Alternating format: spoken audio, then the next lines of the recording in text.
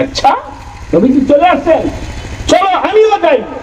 হযরত আব্দুল্লাহ ইবনে সালাম ওই অবস্থায় বের হয়ে ক্ষেতের কাজ রেখে দোস্ত বের হয়ে রওনা হইছে আমার নবীজিকে দেখার জন্য।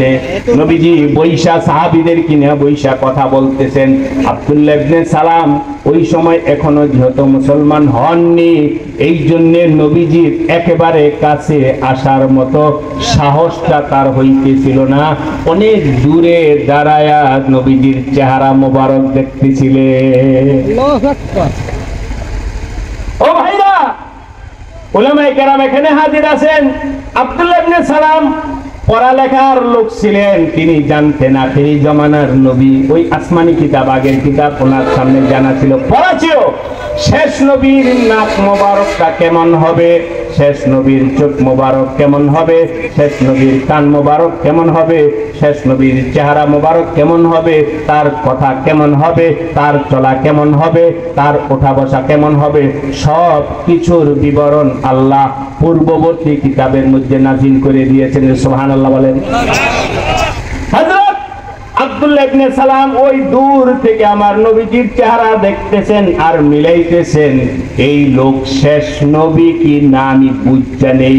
হযরত আব্দুল্লাহ ইবনে সালাম মিলায়া সব কিছু দেখা উনি 100% ইয়াকিন ওনার হয়ে গেছে, উনি হলেন শেষ নবী। সুবহানাল্লাহ বলেন। আমাদের নবী কি? জোরে বলেন ভাই।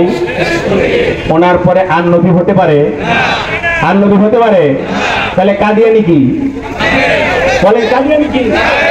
কাদিয়ানি কি? এই তো এই মাসের 15 তারিখে আমাদের ঢাকায় সারা দেশের সারা দুনিয়ার মুরব্বীরা একত্রিত হয়ে বাংলাদেশের মানুষকে বুঝিয়ে গেছেন।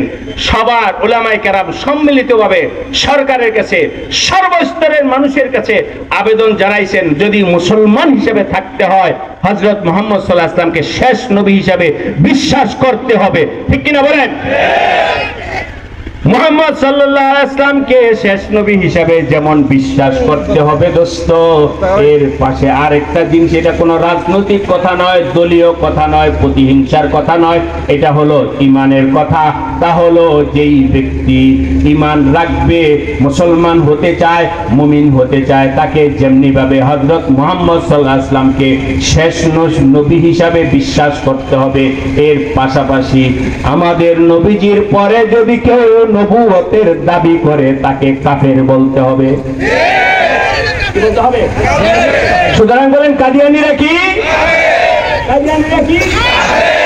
আমাদের দেশের এক শ্রেণীর মানুষ আছে বুঝা না বুঝা বলে কে কাফের কে মুসলমান, এটা আল্লাহ জানে।